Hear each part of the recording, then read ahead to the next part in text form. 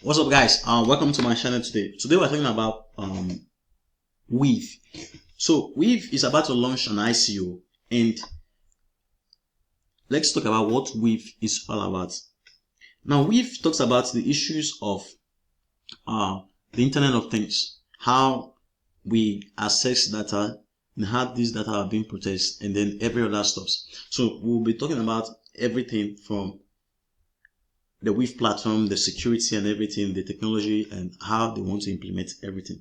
Now, you all know that data is increasingly becoming gold in the 21st century. Because the data that is collected from social media platforms like Twitter, Facebook, and whatsoever is very, very, very of great use to consumers. So data is like the 21st century oil.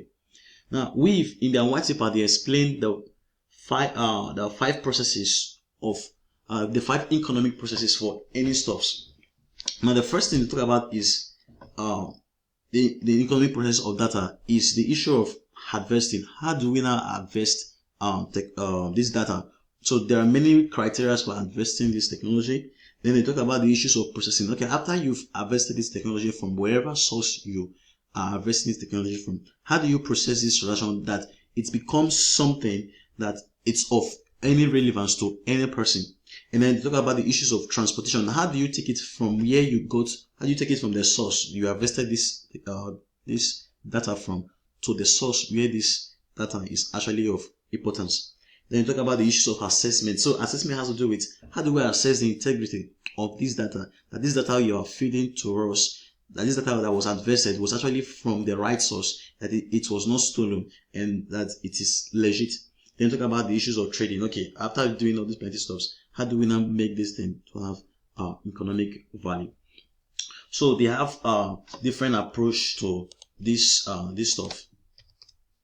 Now, their goal is they are envisioning a kind of public or private marketplace where producers and consumers, that is talking about the buyers and the sellers, come together, escrow their supply and demand, and exchange their digital assets. So what they want to do, they want to bring in a public or a private marketplace where the producers has to do with the buyers, and then the sellers has to do you have producers and consumers, sorry, then or you can call them buyers and sellers.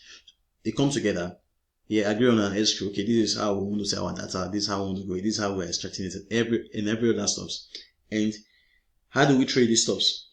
And the requirement for this stuff is the issue, or the 3 issues they talk about is the issue of scalability, enforceability, and security. You can see everything we talk about. By scalable, they mean, okay, how do we push out transactions that is at the scale of Facebook or Twitter?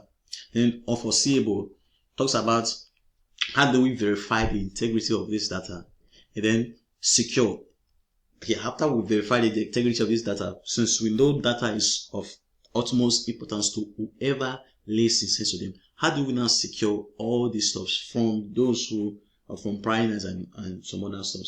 Those are some of the those are the main things. That leads us to the core technology to which this platform is being built upon. Now, the white paper is very, very, very technical, and I'll try as much as possible to explain everything that I've seen in the white paper.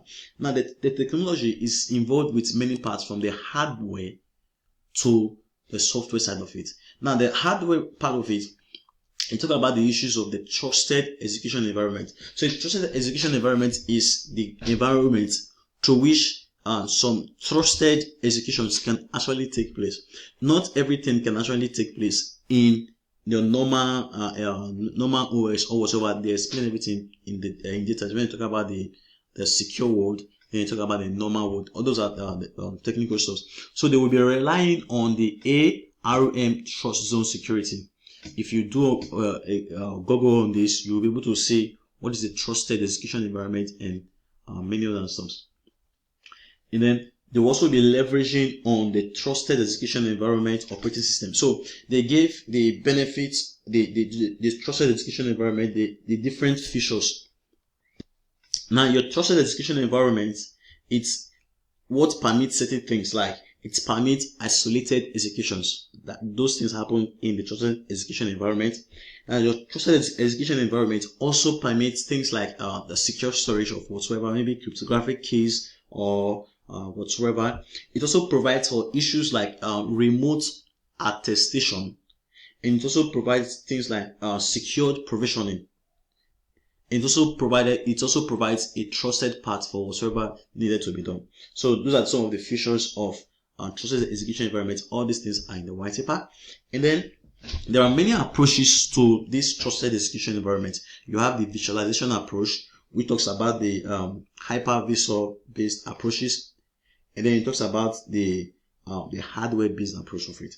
So all of these these different platforms have their own drawbacks.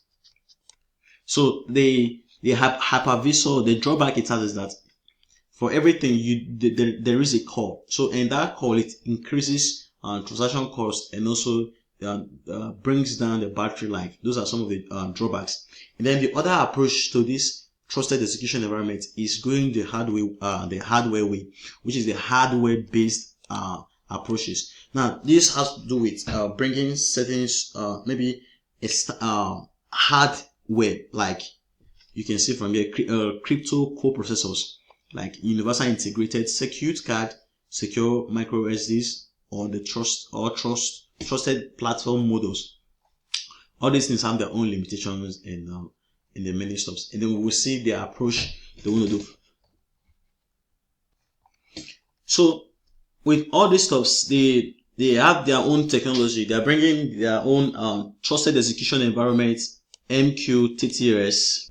So they are having their own MQTTS trusted environment, which is the message queuing telemetry transport. Those who are in the maybe programming or cryptographic side can actually know what this is about. You can see the reward applications of this this MQTT they actually put here. It's applied on Facebook Messenger and the rest of. And then they have also the issues of low latency. And then they have high throughput, meaning you can deliver a lot of stuff at a large scale. And then secure IoT and data transport protocol. Everything is in the white paper.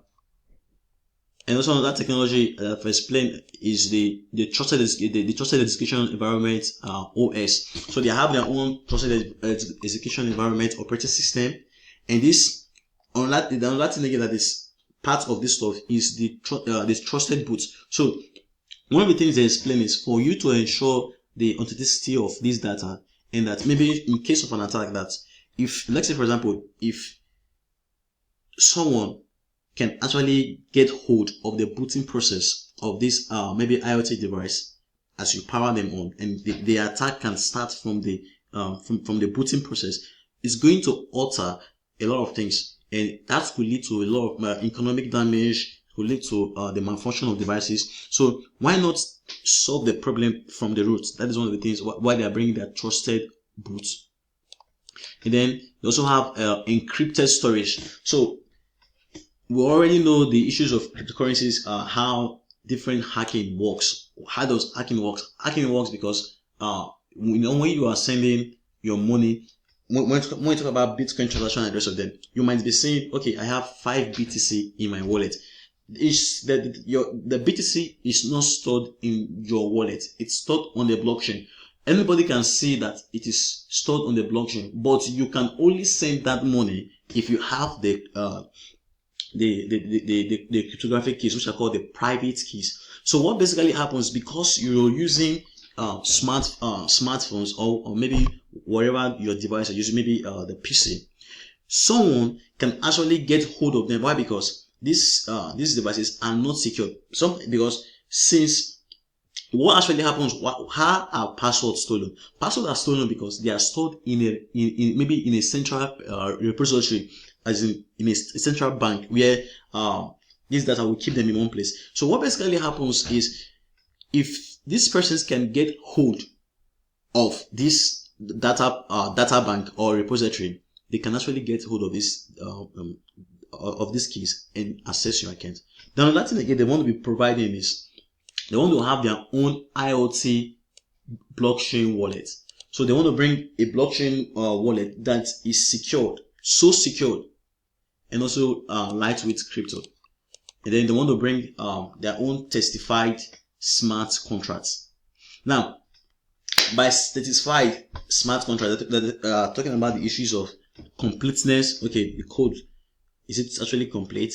We want to talk about the soundness of the contract. If it's something, we want to see if it actually came from the right source. We talk about the issues of runtime and everything. So everything is in the white paper. It's very technical, but it's actually worth it. So let's say the team. You can say the partners they have: KPMG, TWF, Germany, and Consist, and you can see the team. So in a nutshell, what they want to do is they want to create a private marketplace where anybody can actually be able to access data and trade this, make this data, sell this data to anybody and be able to do something. So you can see the illustration of the platform, the IoT device having their own social education environment, OS, MQTS, data testimony, and you can see the IoT data hub, secure management key, and the rest of them. So they are focusing on the hardware, focusing on the on the software, and it's going to be it's going to be a game changer. So in a nutshell, let's talk about what they want to do. Let's summarize everything they want to do. Now they aim to provide every asset owner, be it a company or be it an individual, with the technology to bootstrap, configure, and orchestrate marketplaces where data is indexable and where supply and demand is publicly and privately tradable. So they want to bring the marketplace, bring security and every stuff. It's going to be a game changer. So as for the ICO details, it's not yet out, but you can actually sign up with your email to get the alert on what is going on. If you go on their platform, you can join their weave. The platform is growing steadily. Since they've not actually announced it, it's a very good time for you to study. You can study. The white paper is very, very technical. I was like, because most of the times because if you read the white paper, they will tell you that this is the technical paper is forthcoming. So I was like, because I had a very, very tough time understanding the white paper. I was like, if these people, SEO is a way of raising funds, why are they making maybe their white paper most times so complex that if you are that is one of the drawbacks of cryptocurrencies. Cryptocurrencies is not the consumer is not put at the end, meaning it was not made with the consumer.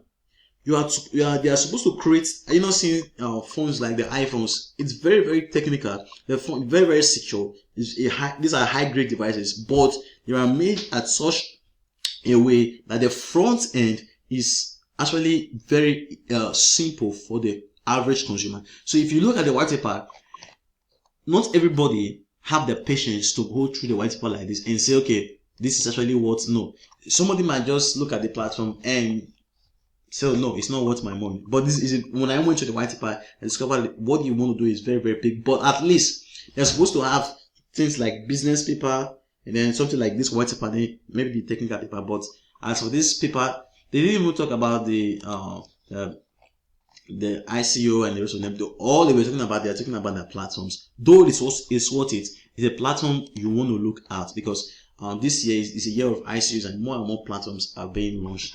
And keep this under your radar. So guys, this is not a financial advice. Do make your own research and do have a very good day.